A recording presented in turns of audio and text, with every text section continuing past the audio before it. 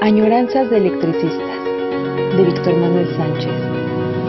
La historia de los electricistas nos permite encontrar una trayectoria política de su presente.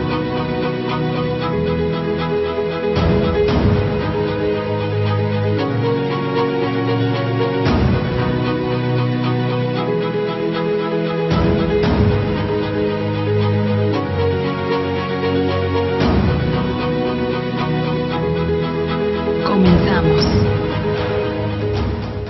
Bueno, el día está muy soleado, cosa que está bien. Se quita un poco el frío. Agradeciendo, ya se sabe, al equipo de Radio ESME que nos facilita la estancia cibernética cada lunes. Es- Se pasa muy rápido. Otra vez creo que ya cada año, ya no voy a decir nada, otro lunes, fin de mes, porque eso es lo que está pasando. La próxima ya es febrero. En fin, otra añoranza de electricistas. Y el tema de ahora es un tema de los años 30. Perdón, pero primero un paréntesis. Siempre, antes de contexto, un paréntesis. La vez pasada comenté que se debería de no solo rendir un homenaje a Francisco Breña Alvírez, porque se considera eh, en estos tiempos, en estos últimos tiempos, que este secretario general fue un magnífico secretario general a tal grado que se le puso el nombre al histórico eh, Salón de Sesiones de Antonio Caso 45, su nombre.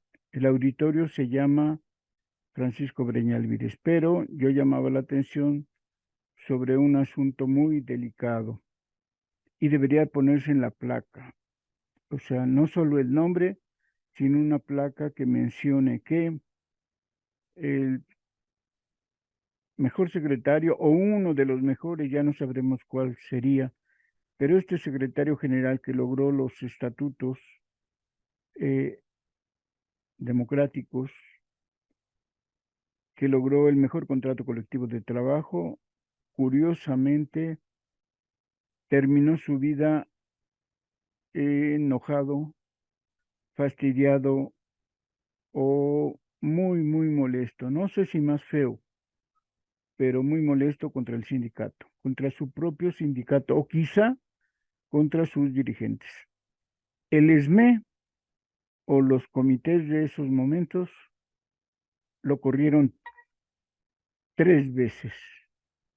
3 veces fue corrido, expulsado del Sindicato Mexicano de Electricistas. La primera, quizá la primera no fue tanto expulsión, pero fue, eh,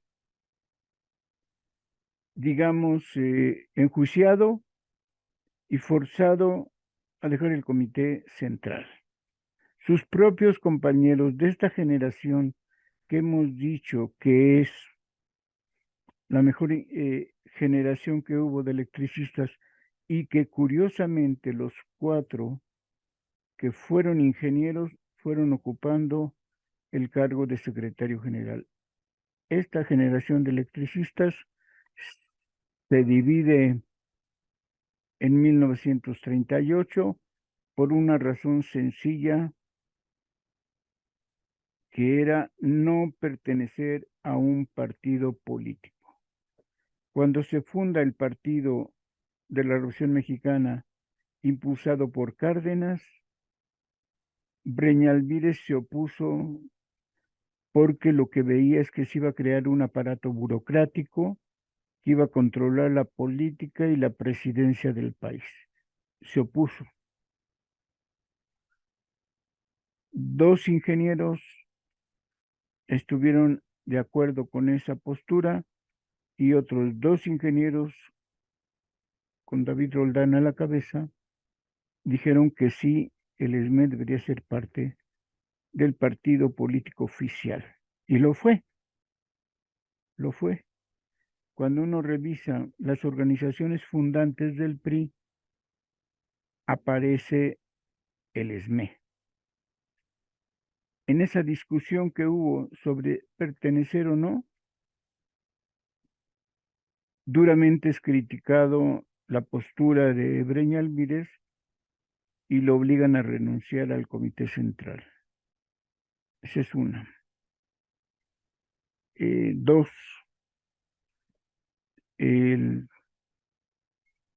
no, van a ser cuatro, perdón. Cuando llega a la Secretaría General, Juan José Rivera Rojas, ese sí lo expulsa del sindicato. Breña Alvírez se tiene que aislar, pero regresa justamente cuando el movimiento de Verónica se va a enfrentar a Juan José Rivera Rojas. Los propios compañeros del movimiento de Verónica van por él y le dicen, necesitamos tu colaboración. Y efectivamente, llega y coordina, trabaja con el movimiento de Verónica. Al igual que Paulín. Entonces tienen una gran actividad muy fuerte y poderosa durante el movimiento de Verónica. Al término de esto, de nueva cuenta, hay discrepancias, ya que se había renovado, ya que estaban todos tranquilos y demás, lo vuelven a expulsar. Sin embargo, yo no sé quién, si es en época, no recuerdo, voy a checar la fecha, pero lo vuelven a expulsar y definitivamente Breña Alvírez a la tercera es la vencida, ya se desatiende de esa relación con el sindicato. Hubo varios intentos de varios compañeros de que regresara, de que fuera parte. El día cuando se entierra, cuando muere, perdón, y el comité en turno se entera, van a buscarlo a su casa, quieren llevar una bandera del ESME, quieren ser parte de que hagan una conmemoración por él, que estén en el sepelio y se les lleven flores y estén ahí. La familia de Breña Alvírez tiene instrucciones precisas de que nunca vayan a sacar su cuerpo y lo lleven al auditorio, de que nunca deben permitir que entre ninguno de los miembros del comité central. Y la familia cumplió. Entonces él terminó en contra, yo creo que en contra de los dirigentes. Pero bueno, Breña Alvírez estuvo a disgusto porque finalmente lo expulsaron de su sindicato. No le permitieron tener una jubilación cercana a su sindicato. Y cuando se arrepienten, él ya no quiere nada con el sindicato. Por eso la placa debería de decir que se le pide perdón a Breña Alvírez porque se le trató injustamente, se le pide perdón y que por tanto se le toma su nombre para el Auditorio Nacional. Yo creo que algo han de haber dicho, yo no recuerdo cuando le pusieron el nombre, perdone, no recuerdo, voy a buscar la fecha, voy a buscar el dato, pero queda claro que él estaba disgusto, contrariado, enojado, como se dice, encabronado, pues. Y deberíamos de ponerse un festejo, otro recuerdo en su nombre, y que para que no pase después de la asamblea donde se rectifique cómo se le trató a Breñal Vírez, una placa que diga, perdón, Francisco Breñal Vírez, por haberte corrido 3 veces de tu sindicato y no reconocer a tiempo para que tú regresaras conscientemente a las filas del ESME. Y curiosamente existe otro asunto parecido en otro secretario general que de nueva cuenta se le puso el nombre al auditorio, Ernesto Velasco. Ernesto Velasco, después de la huelga general de 1916, que todo mundo le agradece, le convence, fue, creo yo, el sindicato más autónomo, independiente, incluso luchó en contra del Estado, el único que lo hizo y sin embargo no lograron los comités ni el siguiente que empezó a tener fuerza, ni los demás nunca lograron hacer que regresara a trabajar ante la negativa imposición de la compañía. Creo que también se merece, si se le pone el nombre, una placa diciendo, discúlpanos, Ernesto Velasco, porque no logramos tu reingreso, tu reinserción laboral a Compañía de Luz, a pesar de todo lo que hiciste por el Sindicato Mexicano de Electricidad. Perdón. Cuando murió, lo único que hubo fue una nota que la vamos a poner ahorita, una nota en Lux, en la revista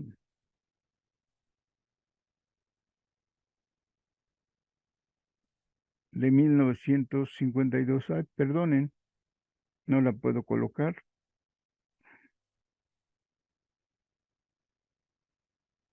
No sé qué pasa.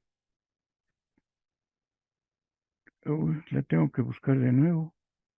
Se me borró. Bueno, lo que quiero decirles es que no hubo, no hubo posibilidades de que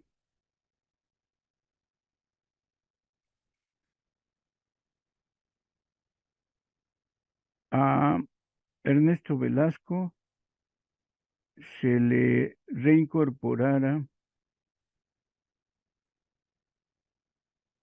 a,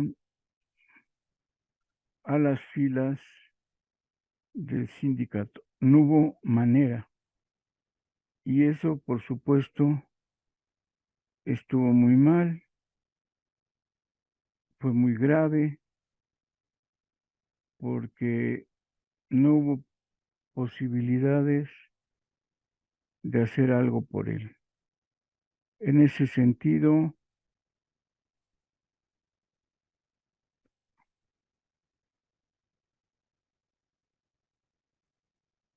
permítanme tantito, no logro,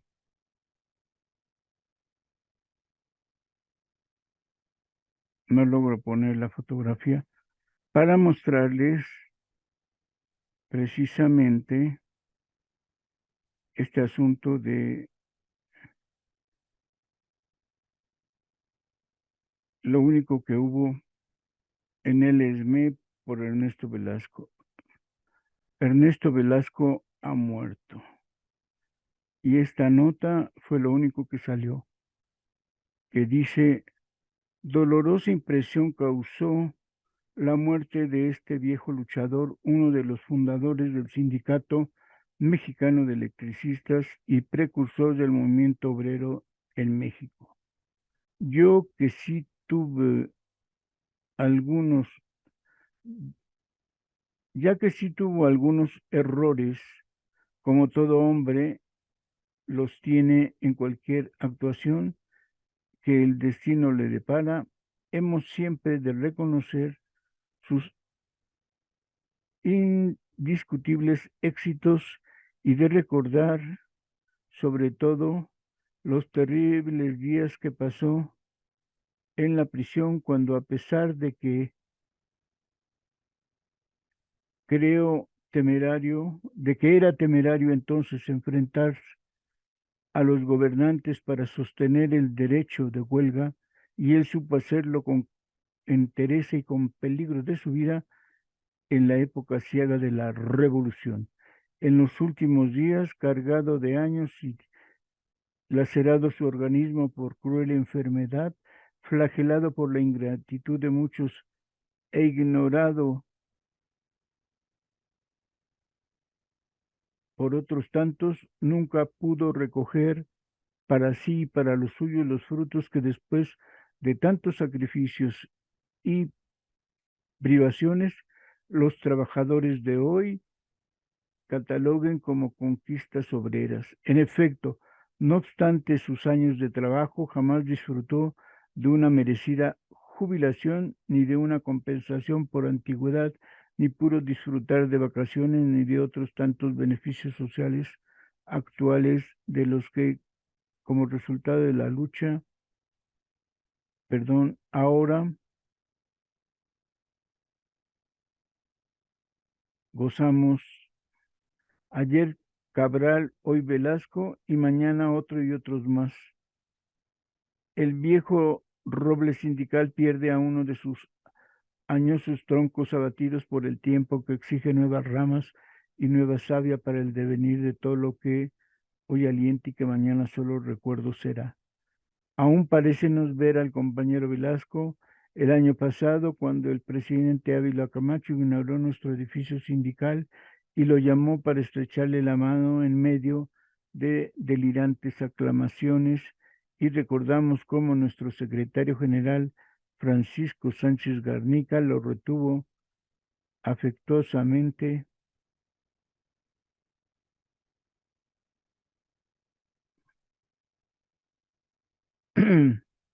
a su lado en el estrado oficial, en simbólico contraste, el pasado y el presente, en apretado haz de voluntades, como culminación de toda una epopeya de lucha a través de 27 años.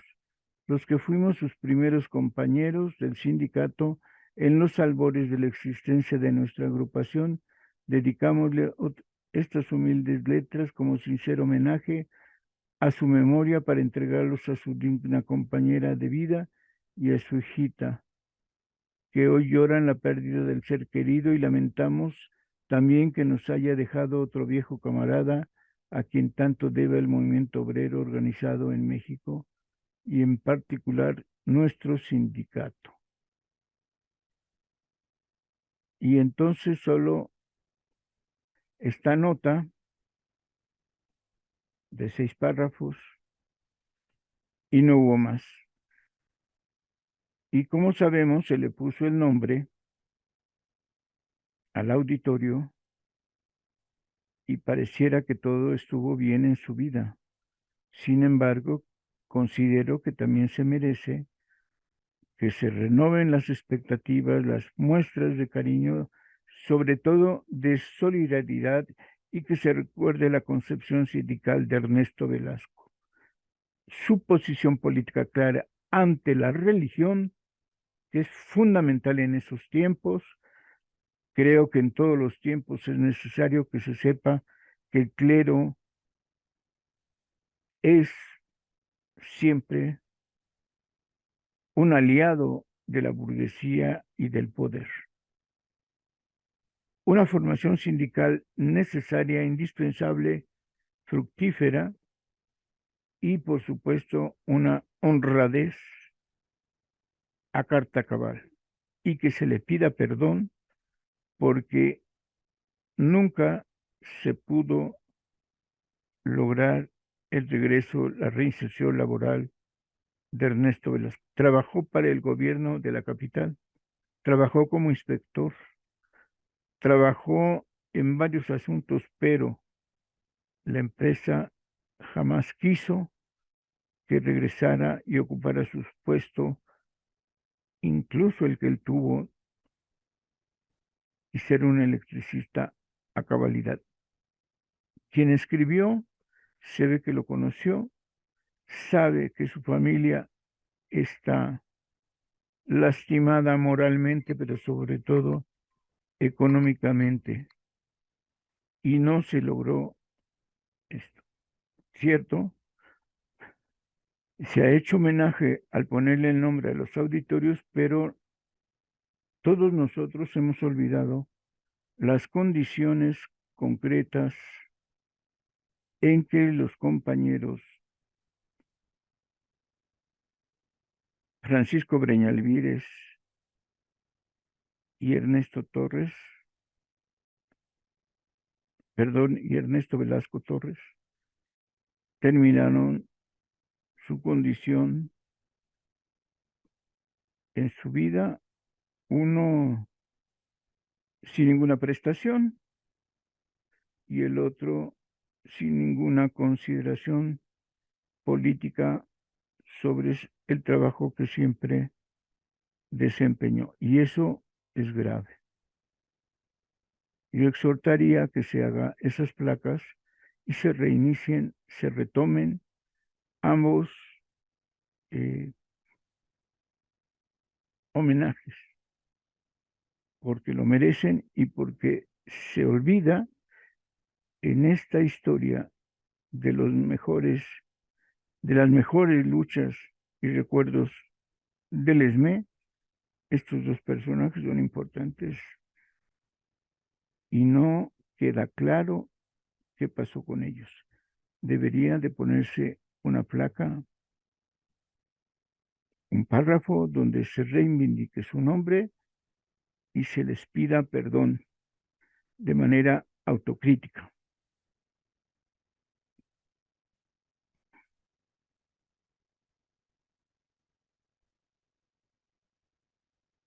Bueno, pues ahora yo tenía la duda de qué tratar. Uno es, perdón, uno es el convenio que se firma con tranviarios. Es curioso, siempre hemos dicho, espero que lo recuerden, que Compañía de Luz y Compañía de Tranvías Eléctricos de México trabajaban, era un consorcio, una empresa, y trabajaban juntos. Entonces era indistinto los obreros o los empleados o las secretarias si trabajaban aquí o allá. Pero en el momento de reconocer ese trabajo, en el momento de, por ejemplo, un obrero de Indianilla, que la mayor parte eh, trabajó para ambas empresas, por ejemplo, arreglando motores de los tranvías o arreglando transformadores de compañía de luz, a la hora de querer jubilarse o de solicitar un beneficio, una prestación conquistada ya en los convenios que se tuvieron, y le decían que no tenía derecho porque era tranviario. Entonces, los convenios con la compañía de luz siempre fueron mejores que los convenios con la compañía de tranvías. La jubilación, por supuesto, y muchos para esas épocas de los 20 ya estaban en edad porque habían trabajado pues más de 30 años para tranvías o para compañía de luz. Porque eso hay que reconocer, la antigüedad siempre se les reconoció. Venían, como sabemos, todos los obreros electricistas de la capital, en principio, de las empresas que fueron fusionadas en 1905, porque la Compañía de Luz y Fuerza Motriz S.A., deben reconocerlo, empezó en 1902. Entonces, para los años 20, ningún obrero podía haber cumplido ya 30 años de trabajo o cumplido 50 años de edad y estando trabajando. Entonces, hay que reconocer que las empresas de la capital que se fusionaron tenían un poco más de antigüedad, de existencia, pues, y The Michael Iron Power como tal surge en 1902 con la creación de Necaxa. Y en ese sentido, obviamente, no habría electricista alguno. No, puede ser que sí, ¿eh? Pero bueno, formalmente no. Y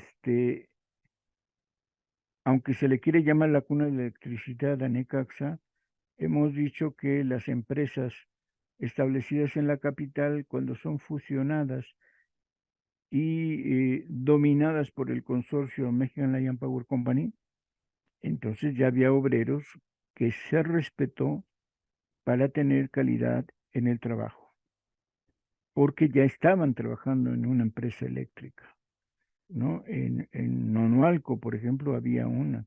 Los de San Ildefonso ya estaban en una empresa antigua. En fin, insisto, aquí la idea es que durante mucho tiempo, tanto en oficinas como por ejemplo en Indianilla, eh, eh, se trabajaba independientemente, no importaba, bueno, sí importó a la larga, porque podías tener tu contrato en tranvías, pero estar haciendo trabajos para la compañía de luz, que eso fue lo que más pasó, ¿eh? Lo que se trata que vamos a ver, no, bueno, esa era mi duda, perdón.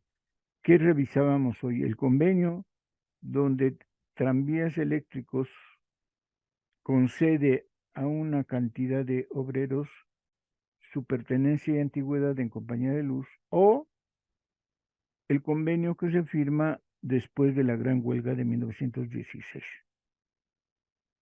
Y entonces, 1916, como les digo, no solo fue la detención y crisis para un solo obrero, bueno, para el movimiento obrero de México, y mostró la máscara burguesa del Estado carrancista.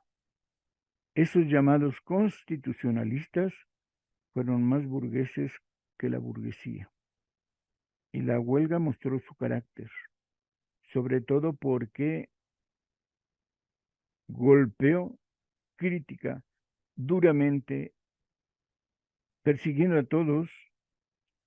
La persecución de los días de huelga fue tremenda, encarcelaron a muchos, pero bien sabemos que finalmente fue el comité de huelga el que fue detenido, y de los 12 detenidos, solo uno fue encontrado culpable. Incluso la declaración era culpable de complicidad. Y uno dice, ¿de complicidad? ¿Y dónde están sus cómplices? Debieron, en todo caso, dada esa declaración de culpable, de detener a todo el comité de huelga, pero no. Consideraron que el peligro era el secretario general. Los burgueses siempre piensan que no hay movimiento, y por eso siempre debe estar un movimiento fuerte, creativo y consciente detrás de todos los dirigentes. Los burgueses creen, y en parte en realidad fue el ataque generalizado lo que detuvo y contuvo a los obreros de la capital, pero el encarcelamiento de Velasco hizo que casi desapareciera el ESME. Durante 1916, el resto del año, hubo 2 que 3 reuniones, eh, y ya no hay actas. El libro de actas se recupera efectivamente, y un acta formal y unas asambleas formales aparecen en 1917, perdón, y se firma un convenio en 1917. Bueno, finalmente, de la duda, convenio de tranvías, compañía de luz, al primer convenio después de la huelga general, me decidí por el convenio de 1917. Y si se puede, después de esta añoranza de electricistas, haremos la del convenio de tranviarios, porque también es muy interesante. Bueno, Se decía en aquella época,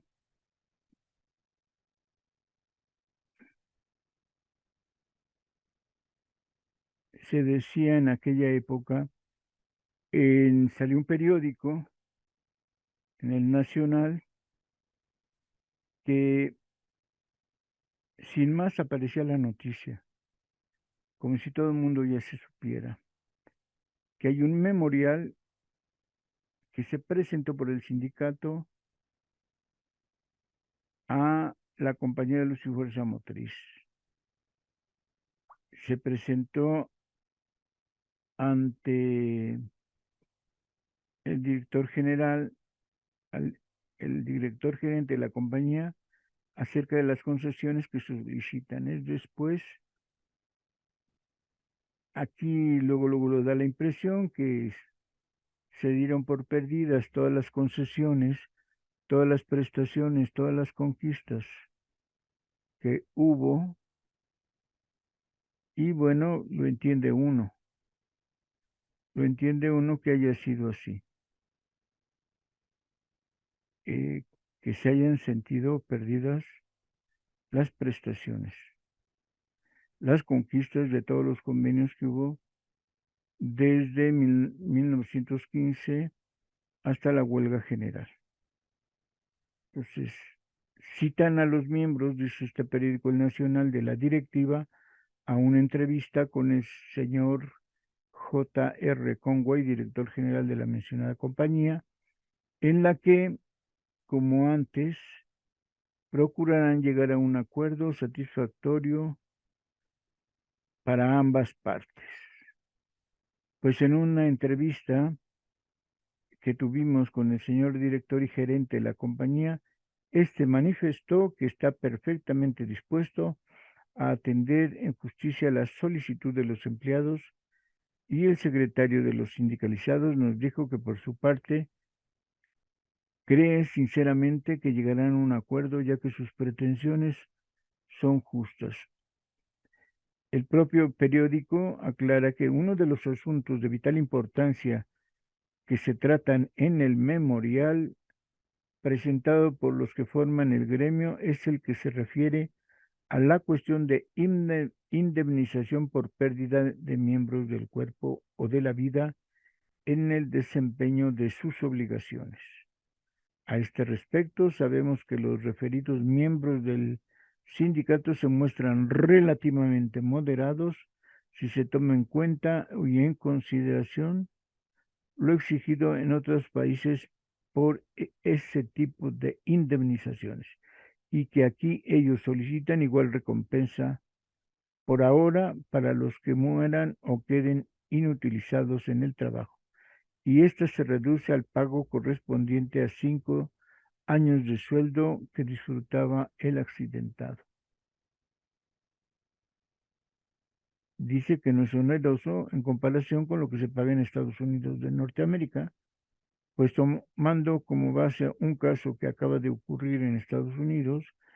El empleado perdió un brazo, la cantidad que perciba como indemnización, según la cláusula señalada, 5 años de sueldo que disfruta en la compañía.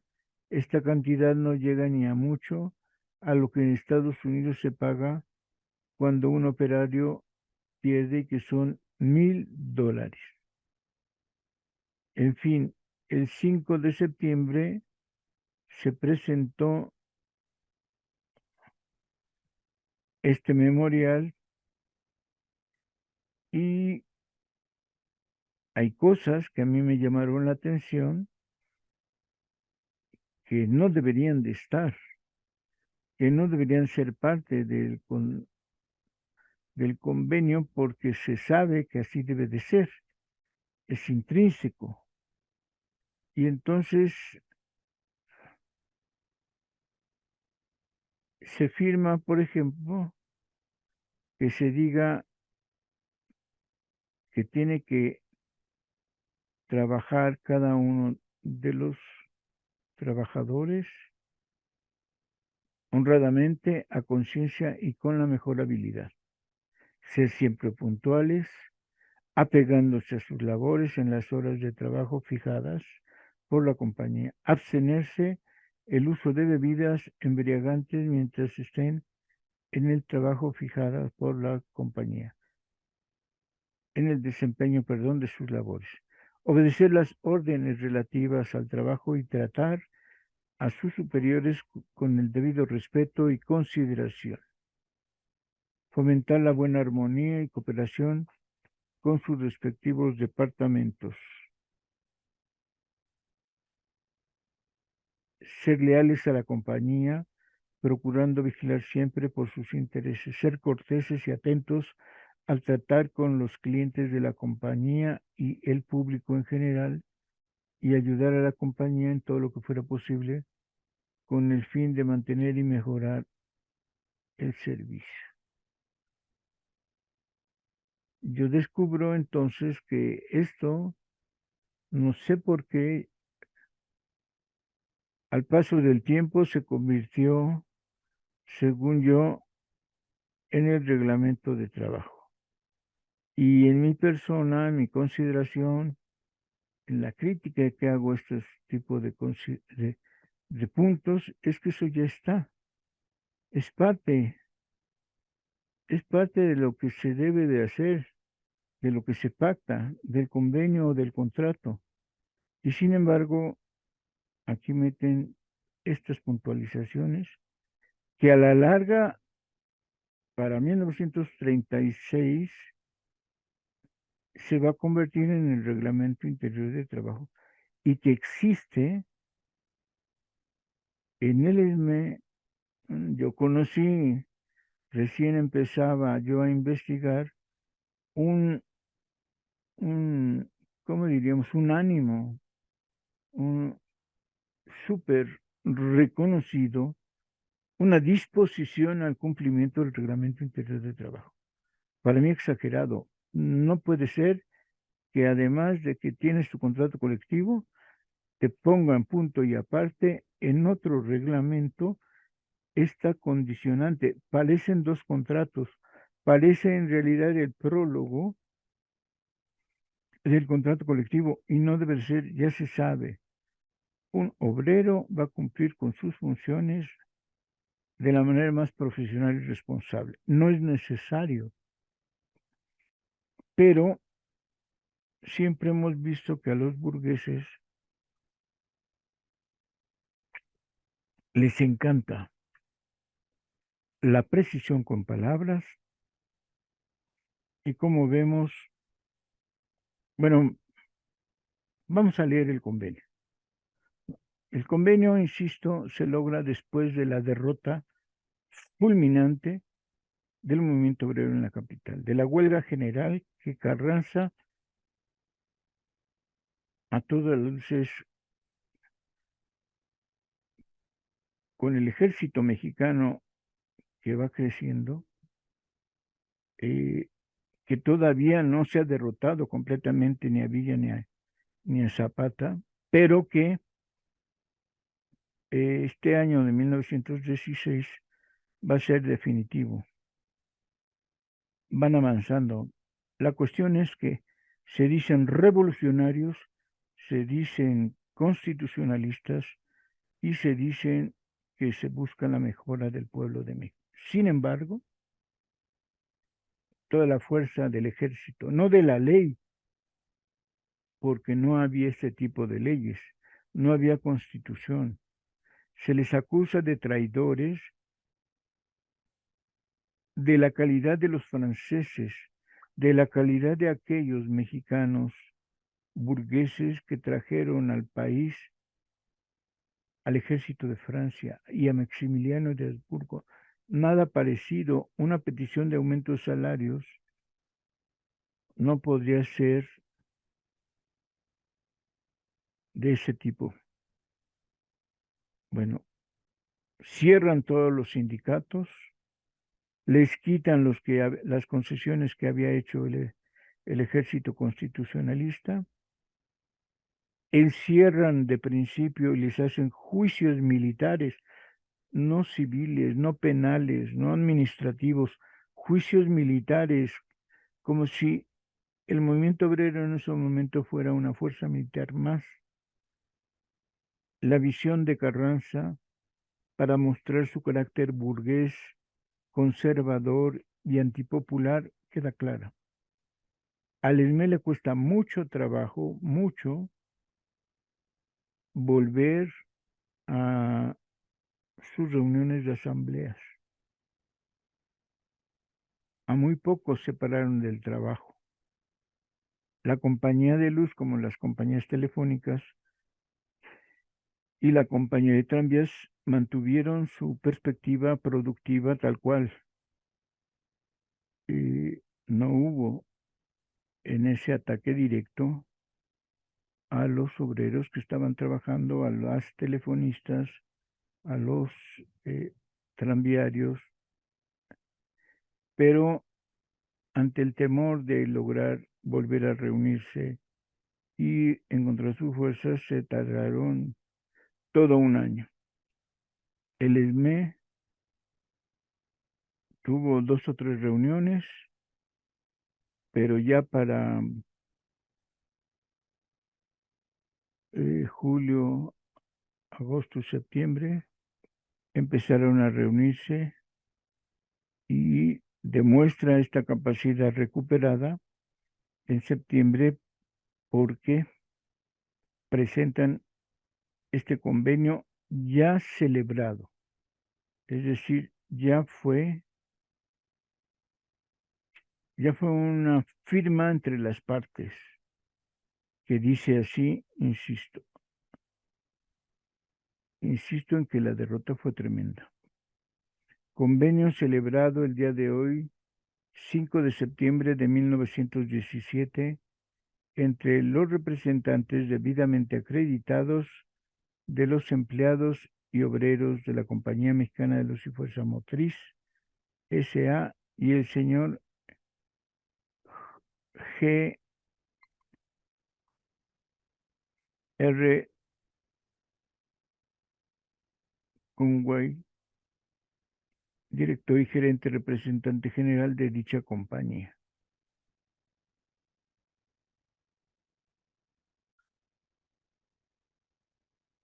Bueno, se los voy a mostrar.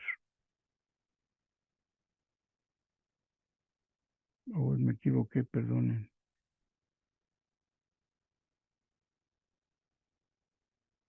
¿Dónde está? ¿Dónde está?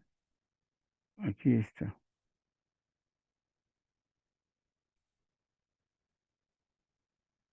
Bueno, dice entonces, convenio celebrado el día 5 de septiembre de 1917. Este convenio se celebra de la mejor buena fe por ambas partes, con la mira de armonizar sus relaciones y procurar restablecer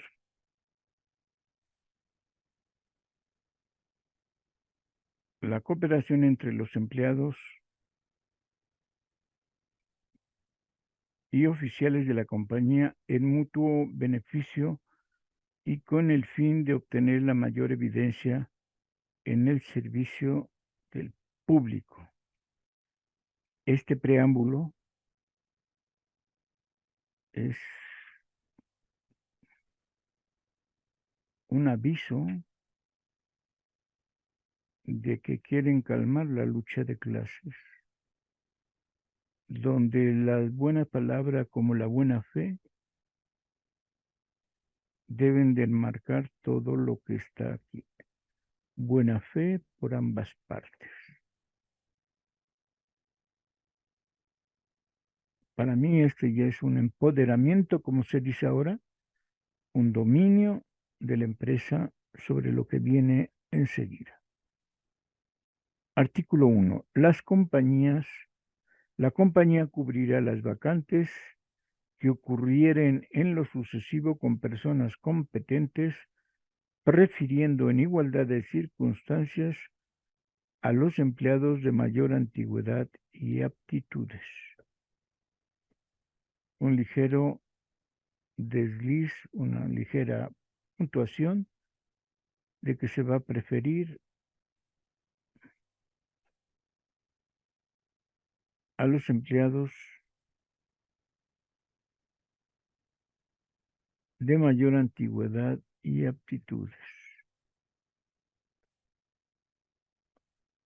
Aunque luego, como son las interpretaciones de las empresas, de mi parte yo diría hay que desconfiar. Sí. Pero bueno, prefiriendo a los empleados de mayor antigüedad y aptitud. Artículo 2. Obviamente esto quiere decir, siempre hemos dicho que cuando leemos se está pensando en todo lo anterior, en que no se estaba cubriendo estas cosas. Entonces hay que ponerlo. Están contratando a los que quería la empresa, no a los considerados desde el sindicato. Artículo 2. En todo lo relativo a la separación de empleados, así como los efectos del contrato de servicios respectivo, la compañía se sujetará a las prevenciones de la fracción 22 del artículo 123 de la Constitución de 1917, bajo cuya vigencia se celebra este convenio. Y aquí hay un factor que no existía antes y que justamente en mayo de 1917, en febrero de 1917 entraba en vigor el 123, o mejor dicho, la Constitución de la República. Artículo 3. En los casos en que algún empleado u operativo sufriere lesiones o en cualquier otra forma sufriere algún quebranto o perjuicio su salud en el desempeño de su cargo, la compañía abonará al empleado u operario enfermo o lesionado el sueldo o jornal íntegro durante el tiempo que estuviere imposibilitado para trabajar. Aquí ya hay, es cierto, algo que los convenios el ESME ya había logrado, pero seguramente se retomó ahora en el artículo 123. La compañía proporcionará las medicinas que en concepto del doctor que atienda al enfermo se requieran. Artículo 4. La compañía remunerará a todos los trabajadores que queden con alguna incapacidad por accidente,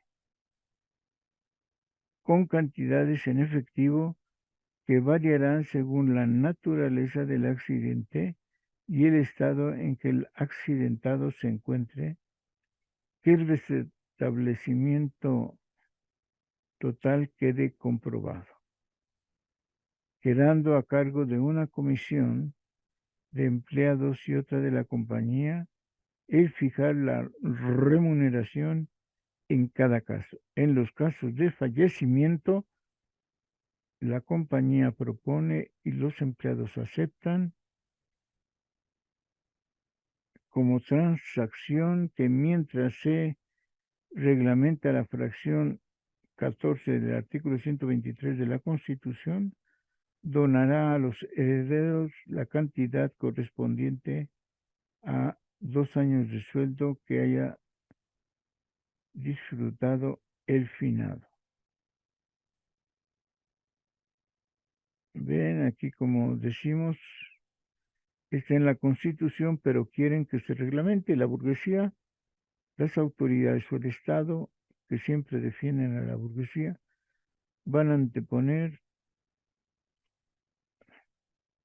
especificaciones, es decir, un reglamento. En esos momentos la Constitución permite dos cosas. A nivel general, que cualquier ciudadano sea candidato a la presidencia, por ejemplo, cualquiera.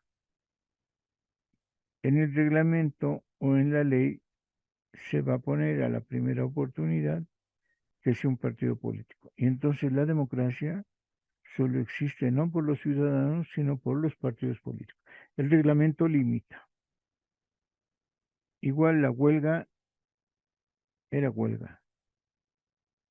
Como la organización de sindicatos era organización si los obreros lo decían. Pero el reglamento va a agregar limitaciones y normatividades para que sea legal o para que sea legítima.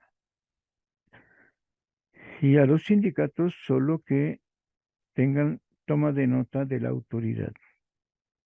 Limitan los reglamentos. Artículo 5. En todo lo relativo a la higiene de las oficinas, plantas, campamentos, etcétera, la compañía observará las prevenciones del inciso 15 del artículo 123 vigente. Y claro, en ese sentido, dicen, es que quieren cumplir con la Constitución, claro, pero empiezan a tener limitaciones. Y si aquello no se reglamenta, el convenio tampoco. Van a decir, no, pues de aquí a que se reglamente, aquí no nos metemos. Artículo 6. La compañía se obliga a facilitar los medios para que ningún operario trabaje con corrientes mayores de 600 volts.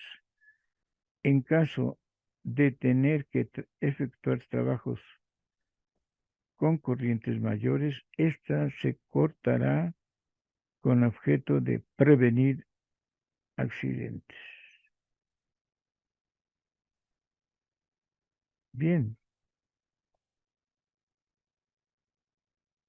se está previniendo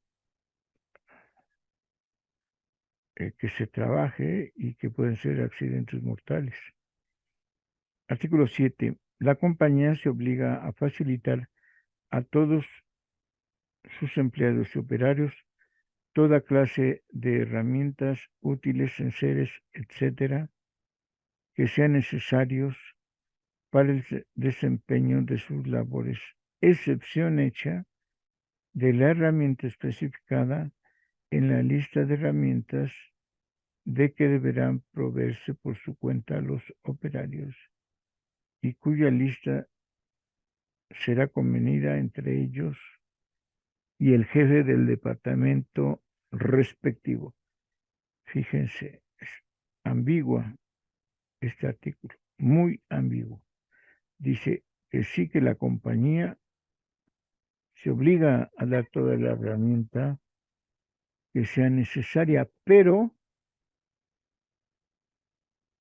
menos la que el jefe diga que hay que hacer, que hay que llevar.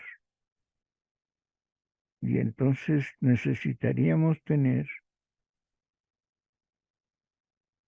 esos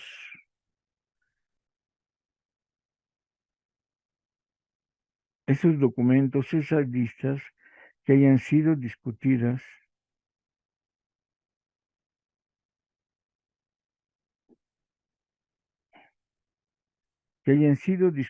en los departamentos. Y ojalá pudiéramos tener esas listas de aquel año. Podría haber algo quizá en el Archivo General de la Nación. Artículo 8. Para todos sus departamentos, la compañía establece el día de trabajo de 8 horas, con un día de descanso por semana. En casos de emergencia, cuando sea necesario trabajar en horas extraordinarias, la compañía se sujetará a las prevenciones de la fracción 11 de la Constitución vigente, por lo que se refiere al pago de tiempo extra.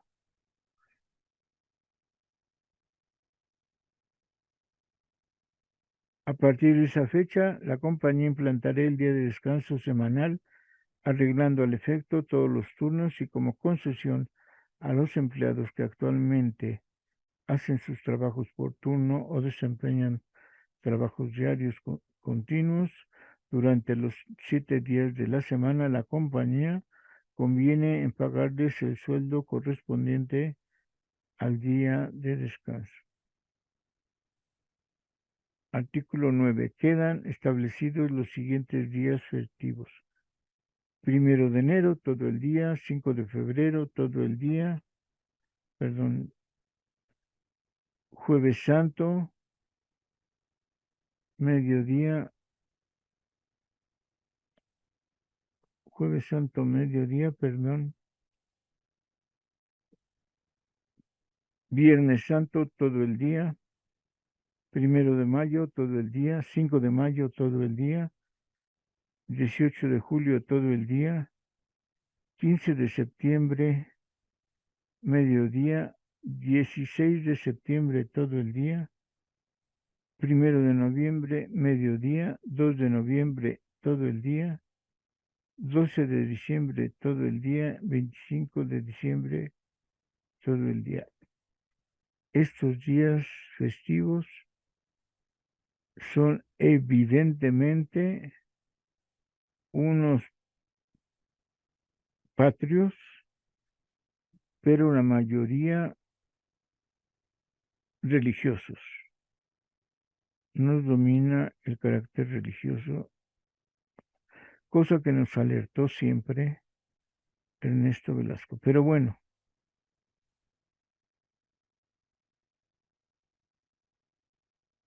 así se pactó y así era. Termina este artículo 9 con los empleados del Departamento de Conservación. En caso de tener que trabajar en cualquiera de los días festivos arriba indicados, percibirán por las horas que trabajen la parte correspondiente a su sueldo ordinario más el 100% de aumento. Artículo 10. La compañía establecerá en la Ciudad de México un sistema de instrucción de electricidad y mecánica para sus empleados, quienes se obligan a prestar su cooperación para ello. Va a haber clases. Recordemos que ya, bueno, se va a convertir esto en sí capacitación por parte de la empresa, pero va a ser llamativo que quien va a impulsar la escuela técnica va a ser el sindicato y se va a reconocer su capacidad de esta escuela técnica. Bueno, pues se me acabó el tiempo, lo sentí muy rápido, perdone. Continuaremos este convenio de 1917 en el entendido que a partir de aquí se va a convertir el convenio y las relaciones de producción, las relaciones entre las partes en el reinicio de lo que había sido hasta la huelga general de 1916. Tenemos que leerlo con calma, tenemos que verlo como esta nueva capacidad que se repuso después de la represión constante que sufrieron tras la huelga general de 1916. Bueno, compañeros, nos vemos este, en otra añoranza, en la siguiente, para terminar de revisar el convenio, el primer convenio después de la huelga general, el 5 de septiembre de 1917, a ver si le reconocemos al SME con una nueva capacidad y si la experiencia plena de la huelga fue retomada. Gracias, nos vemos, hasta pronto.